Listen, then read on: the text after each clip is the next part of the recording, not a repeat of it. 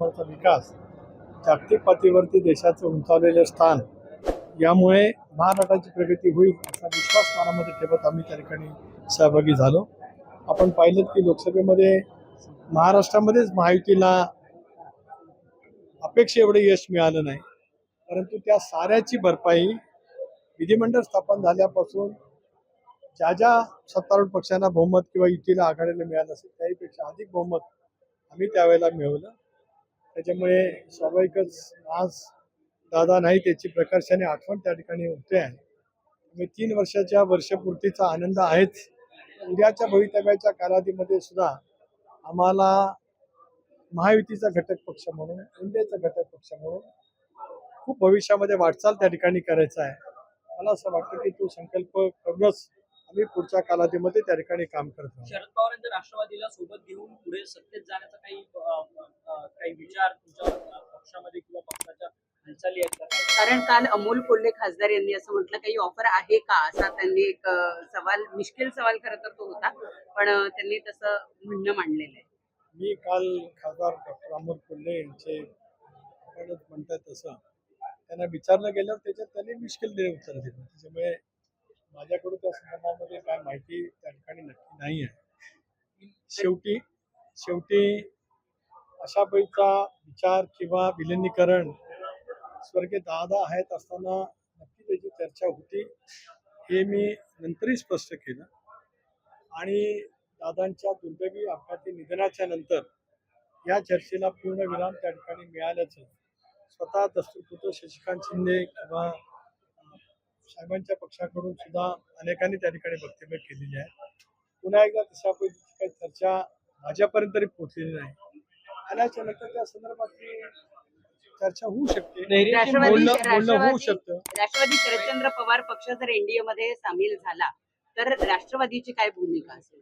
एक असं आहे की शेवटी एनडीए मध्ये कुठल्या पक्षाला सोबत घ्यावं हा शेवटी निर्णय घेण्याचा अधिकार भारतीय जनता पक्षाला आहे. मागे आपल्याला म्हटलं की एनडीए म्हणजे भारतीय जनता पक्षाच्या नेतृत्वाखालच्या विचारी पक्षाची, समविचारीची किंवा त्यांच्या सोबत असलेल्या घटक पक्षांची एक आघाडी आहे. तसं युपीए म्हणजे काँग्रेस प्रणित त्या ठिकाणी युपीए आहे. अशा वेळेला त्या संबंध युपीए असेल किंवा इंडिया असेल यामध्ये कोणाला सामावून घ्यायचा हा निर्णय शेवटी त्या युतीच्या प्रमुख पक्षाला त्या ठिकाणी असतो. भारतीय जनता पक्षाच्या अखत्यारीतला तो विषय आहे.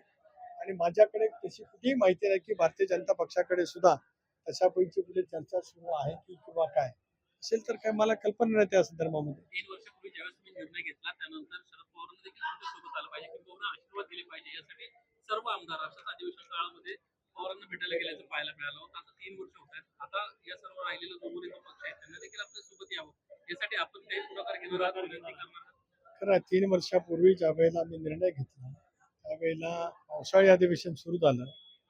त्यावेळेला आदरणीय दादा, मी स्वतः प्रदेशाध्यक्ष आणि मंत्री अशी आदरणीय पवार साहेबांची चव्हाण प्रतिष्ठानला भेट झाली. दुसऱ्याच दिवशी पुन्हा संबंध विधानसभेचे, विधान परिषदेचे सदस्य घेऊन आम्ही पवार साहेबांची भेट त्यावेळेला घेतली. गोष्टीची ती खरी आहे. त्यानंतर मग दादांची आणि साहेबांची भेट झाली, परंतु एकत्रितपणाने येण्याचा विषय त्यावेळेला काही झाला नाही. खरं आहे की ज्या कालावधीमध्ये दादांचं निधन झालं त्या जानेवारी महिन्यामध्ये विलिनीकरणाची चर्चा वेगवेगळ्या स्तरावरती सुरू झाली होती. दादा स्वतः त्या चर्चेमध्ये असल्याच्यामुळेच इतरांचा चर्चेमधला त्याच्यातला सहभाग झालेला होता. काही बाबतीत काय चर्चा कुठपर्यंत आहे, काय पद्धतीने पुढे चालू आहे याची माहिती दादांनी मला स्वतः त्या ठिकाणी दिलेली निश्चितपणाने होती. परंतु दादांच्या दुर्दैवी निधनाच्या नंतर पूर्णपणाने राजकीय समीकरणं बदलली. त्याच्यामुळे ते त्यावेळेला काय होऊ शकलं नाही. आता कुठे सुरू असेल तर मला माहित नाही. असला तसा विषय तर मग आम्हालाही आमच्या कोर ग्रुपमध्ये चर्चा करावी लागेल. वहिनी आज राष्ट्रीय अध्यक्ष आहेत, त्यांच्याजवळ सुद्धा त्या विषयावरती त्यांच्याकडे काय माहिती असेल तर ते जरूर आमच्याजवळ त्या बाबतीमध्ये बोलतील. विधिमंडळाचे सर्व आमचे आमदार आहेत, त्यांच्याही मनामधल्या काय वेगवेगळ्या भावना असतील त्या संदर्भात चर्चा करावी लागेल. पालकमंत्री पदावरून महेंद्र दळवी आज असे म्हणाले की पावसाळी अधिवेशनानंतर जर पालकमंत्री पद दिलं नाही तर आम्ही रस्त्यावरची लढाई लढू. मला माहित नाही, मी कधी रस्त्यावरती लढाई करत नसल्यामुळे मला या संदर्भातली काही खरंच माहिती नाही. मी माझ्या पद्धतीने सामंजस्याने काम करत असतो. गेल्याच आठवड्यात मी या संदर्भामध्ये आपल्याजवळ स्पष्टपणाची मुलाखत दिलेली आहे. त्यामुळे रस्ता वगैरे काय मला माहीत नसतं. मला आपलं सरळ मार्गाने राजकारण करणं, ते करत असताना महायुतीतला समन्वय राखणं आणि जे आपण काय चर्चा केलेल्या असतील त्या लॉजिकल एंडला म्हणजे त्या अंतिम स्वरूपाला नेणं हे काम त्या ठिकाणी असतं.